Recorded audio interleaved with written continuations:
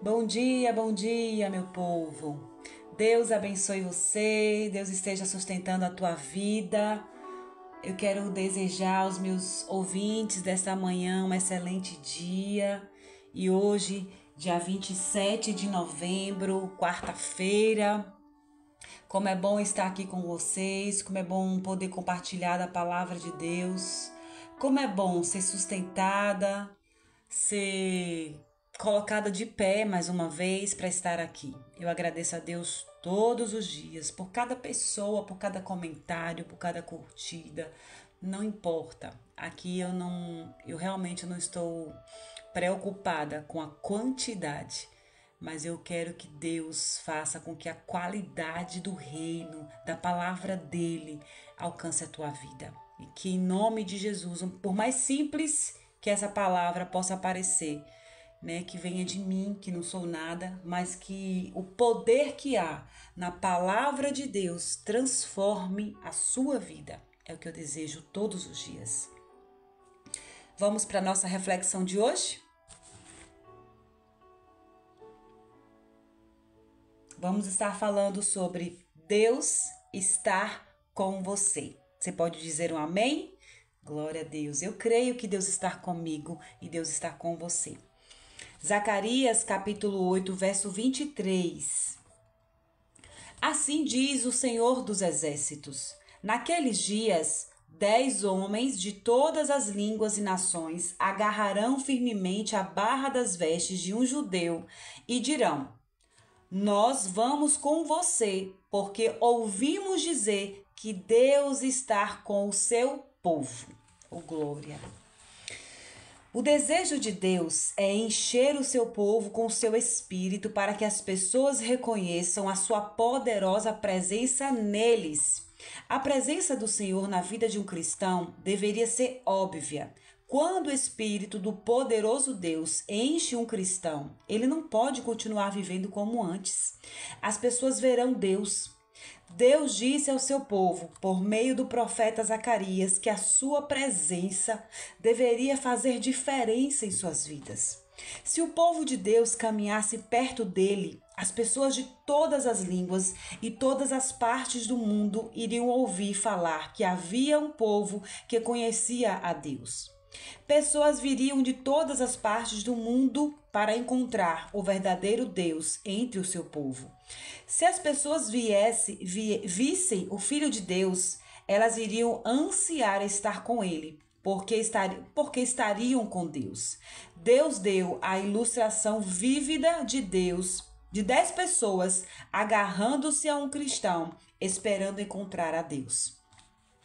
A presença de Cristo, ela deve ser tão evidente em sua vida que as pessoas ao seu redor serão atraídas a você por causa do que você carrega.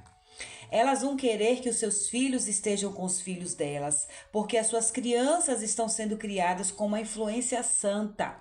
Os empregadores irão querer você em seus locais de trabalho.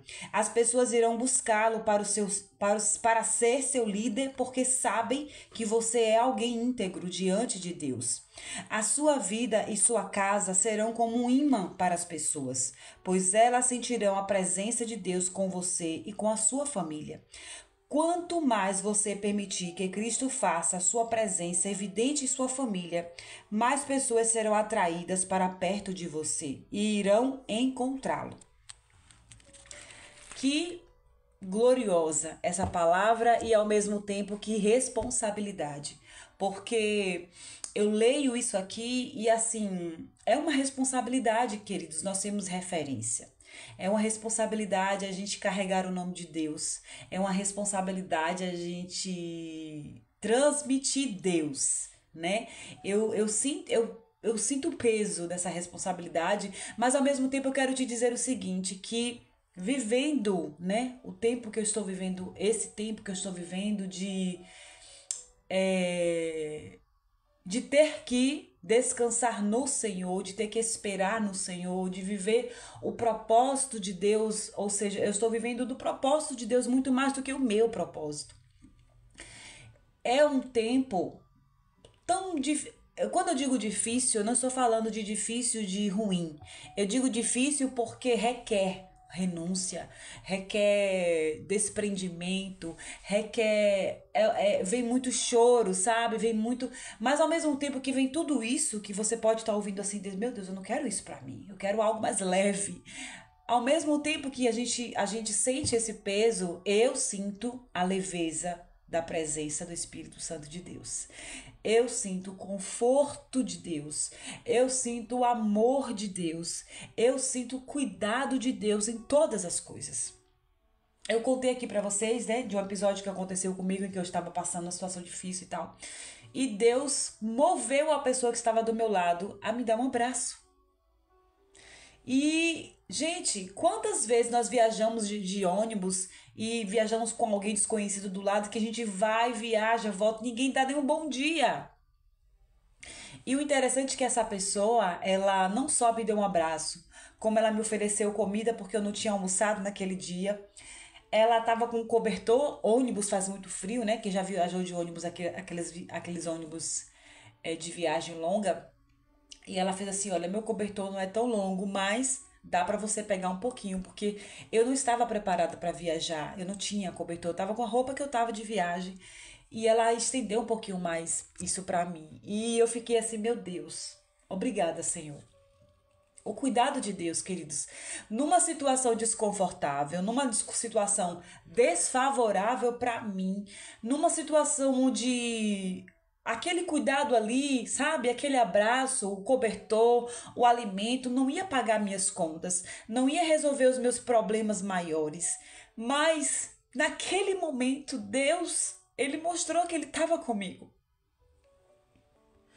E eu choro, eu me emociono assim, queridos. Não, não, é porque lembrar de Deus, do cuidado dele, é algo que é muito impactante, assim, é algo muito gostoso de sentir, sabe? Sentir Deus, saber que ele tá com a gente. Mas eu também choro porque eu sei que talvez você não tenha conseguido sentir. Talvez a mágoa, o passado, as tristezas, o que você está passando de dificuldade está sendo tão doloroso, está sendo tão difícil de você assimilar. Às vezes você está num conflito interno do seu eu, da sua natureza, do que você é.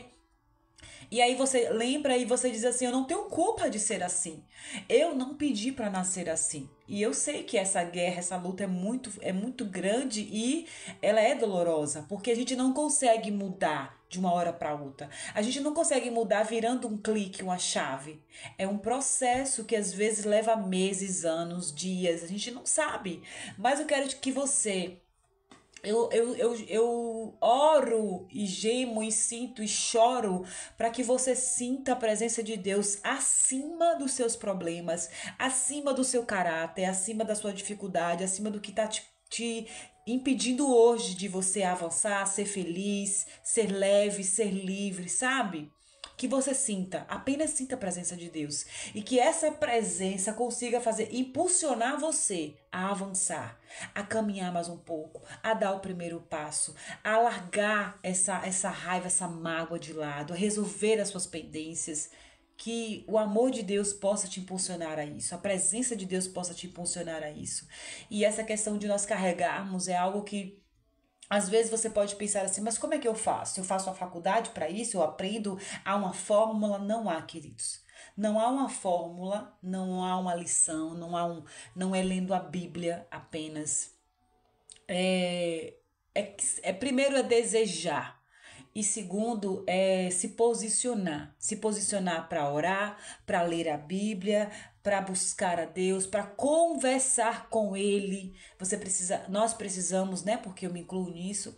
Nós precisamos todos os dias aumentar o nosso nível de intimidade. E quando eu falo assim, queridos, não é que você tem que ir para um monte, orar de madrugada. Não é isso. A intimidade, ela é feita em momentos mais bobos e ordinários do dia. É não lavar prato, é não lavar banheiro, na hora que você está cozinhando, é na volta do trabalho para casa, no seu carro, na sua moto ou a pé.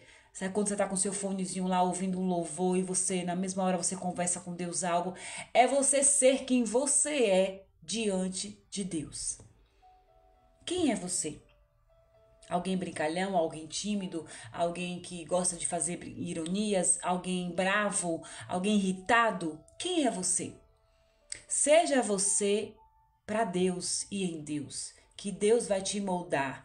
Deus vai atribuir características dele na sua vida. E quando menos imaginar, você vai ver as pessoas olharem para você e dizer assim: nossa, realmente, não, você me ajuda, você me inspira, você é isso, sabe? As pessoas vão, às vezes você não vai nem ouvir, porque às vezes Deus está tratando o nosso caráter, a nossa personalidade, ele não vai permitir que as pessoas falem, que as pessoas externem o que elas estão observando em nós, porque senão vai atrapalhar o processo da cura, o processo da molda, entendeu? Da nossa formação em Deus.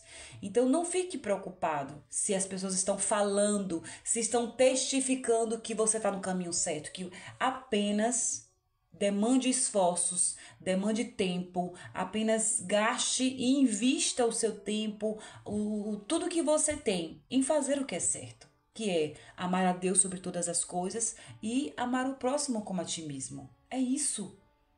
Deus, ele está com você.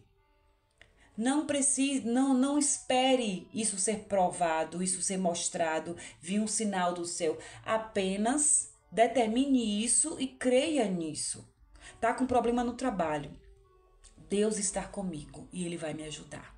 Pai, me mostra aqui o que eu estou fazendo de errado. Me mostra aqui como é que eu devo lidar com fulano. Senhor, eu não suporto mais essa situação. Essa pessoa é insuportável, está tirando minha paz, está roubando o que é mais precioso, que é a tua presença na minha vida. Deus, se eu não posso sair desse lugar, me ajuda a viver nesse lugar com essa pessoa. Sabe, queridos, é ser sincero diante de Deus com tudo que está acontecendo. Porque as pessoas, porque essa, eu não vou te chamar mágica não, mas esse processo, essa coisa de, isso que o texto diz aqui, né, das pessoas escolherem estar conosco porque estão vendo Deus em nós, isso aqui só vai acontecer quando Deus já for alguém conhecido de cada um de nós. Às vezes nem eu e você conhecemos Deus, nem eu e você nos prestamos, nos dedicamos a conhecer Ele e queremos que as pessoas vejam Deus em nós. Como? Tudo parte de um princípio. Eu busco, eu conheço, eu me relaciono. E isso vai gerando em mim uma maturidade, uma identidade restaurada. É natural. Eu digo a vocês, porque assim, hoje falar da palavra de Deus, compartilhar, eu não entendo. Se você me pedir para listar todos os livros da Bíblia aqui, eu não vou saber listar. Eu vou errar, porque eu não consegui gravar. Eu me lembro de textos, de histórias, de situações alternadas. Às vezes eu não sei onde está a passagem. E eu não tenho problema nenhum de dizer isso a você. E nem me preocupo se você vai julgar ou se você vai achar que eu sou conhecedor ou não. Eu não tô nem aí. Agora, eu estou dentro do meu limite, do que eu posso, gastando meu tempo, tentando buscar conhecer a Deus, porque é uma questão de sobrevivência. Eu preciso sobreviver neste mundo. E quando eu digo sobreviver, não é sobreviver de não passar fome, de não passar necessidades. É sobreviver a pessoas difíceis, a artimanhas de Satanás, indiretas, situações, sabe, complicadas, provação, as provas que a gente passa muitas vezes de escassez. Deus permite algumas situações na nossa vida para que a gente aprenda a confiar e a descansar nele. Então, eu estou buscando a Deus porque eu preciso sobreviver espiritualmente, sobreviver emocionalmente. Tem muita gente aí, sabe, meia tonta, meia com um parafuso frouxo que está ferindo outras pessoas, machucando pessoas, acabando com o psicológico das pessoas. E essas pessoas que estão fazendo isso, muitas vezes elas não têm culpa, porque elas também não foram ensinadas e porque elas também não estão passando num processo de conhecer a Deus e ser a melhor versão que elas podem ser. Então, como eu não tenho como educar todo mundo, ensinar todo mundo, não tenho poder para isso, para mudar o complicado e fazer dele ser uma pessoa descomplicada, então eu mudo a mim. Então você se molda, você se limita, você cria o seu limite. Foi assim que Jesus, ele fez. Quando as pessoas vinham para ele querendo impor alguma coisa, Até chamar de Satanás, ele chamou um dos discípulos dele, dos apóstolos dele. Quando ele percebeu que aquela pessoa estava sendo influenciada por Satanás. Ou seja, o discernimento espiritual fez com que Jesus agisse espiritualmente. Ele não chamou Pedro. Ele chamou o diabo que estava se apossando de Pedro, querendo tirar dele, de Jesus, a autoridade que foi imposta pelo Pai. Então, como é que a gente vai conseguir agir dessa forma? Só com relacionamento, só com conhecimento de quem é Deus. E aí ele vai te dar a sabedoria de você dizer não, de você limitar e principalmente de você viver uma vida a qual você não precise declarar Deus estar comigo, mas você mostra que Deus está com você quando você se cala, ao invés de você ferir o irmão. Quando você se afasta, ao invés de se contaminar com o ambiente. Quando você admite os seus erros, quando você é humilde, quando você é sincero, quando você fala a verdade, quando você não rouba, quando você honra o seu trabalho, quando você cumpre com seus deveres. Toda vez que você age da maneira correta e principalmente em sinceridade, sem maquiar o seu eu, você está dizendo para quem está do seu lado, Deus está comigo e por isso eu não preciso agir de forma humana. Eu ajo da forma que o meu Pai mandou eu agir. É isso, queridos. As pessoas só vão ver em nós, só vão ver Deus em nós, quando nós estivermos caminhando de fato e de verdade com Deus. Se ainda não estão vendo, é porque há algo em nós que está bloqueando. Lembra de Isaías 59? Eis que a mão do Senhor não está encolhida para que não possa salvar, seu ouvido não está tapado para que não possa ouvir, né? Mas os vossos pecados é que fazem separação entre vós e o vosso Deus. Ou seja, não é culpa de Deus. É nós que precisamos fazer algo. Ou fazer algo ou deixar de fazer algo para que Deus, ele de fato seja o centro, seja aquele que está sendo exaltado na nossa vida. Que a presença de Cristo, ela possa ser tão evidente na sua vida que as pessoas, mesmo que elas não falem, elas escolham estar com você. Elas queiram, elas desejem, elas apoiem. E se não acontecer nada disso, queridos, pode ter certeza que tem um monte de gente no anonimato vendo. Lembra do ladrão na cruz que eu comentei ontem? Pois bem, esse ladrão, a gente não sabe, antes dele ser pego, dele ser colocado na cruz lá para morrer junto com Jesus, onde é que ele estava na história? Porque se, quando Jesus é crucificado, os ladrões já estavam lá, né? Foram crucificados, eles foram lá para a cruz, os dois ladrões, cada um de um lado. Quando Jesus morre, que vai ser crucificado, e coloca entre eles, no meio deles, um dos ladrões olha para Jesus e diz assim: tem misericórdia de mim, se puderes, quando entrares no paraíso, lembra de mim. Quem disse isso a esse ladrão? Quem ensinou? Quem mostrou? Ele conheceu, ele viu Jesus onde? Ou seja, ele estava no anonimato da vida dele, mesmo que fazendo coisa errada, mas ele tinha escutado sobre Jesus, ele tinha ouvido falar, ele viu Deus em Jesus e ele estava crendo, apesar de não ter mudado de vida, ele creu que Jesus era Jesus. E aí, no leito de morte, ele foi salvo. O que eu quero dizer com isso? Muitas vezes as pessoas não vão falar. Durante a sua caminhada, durante a sua jornada, muitas pessoas vão só observar. E Deus permite isso mesmo, sabe? Porque Deus quer que você esteja fazendo não porque você está sendo elogiado ou apoiado, mas que você esteja fazendo porque você conhece o Deus que você tem. E você sabe que com pessoas ou sem pessoas, com mídia, sem mídia, com seguidor, sem seguidor, com dinheiro, sem dinheiro, você carrega a verdade que Deus está com você. Eu quero que você creia nisso hoje. Deus está com você. E não sei se a sua prova ela vai acabar agora, eu não sei se o milagre vai chegar, eu não sei se você vai ter cura, eu não sei se você vai prosperar, eu não sei. Mas eu quero te dizer uma coisa. Deus está com você. E isso, para mim, basta. Eu não sei se para você basta, mas que essa verdade possa bastar na tua vida. Em nome de Jesus. Até amanhã.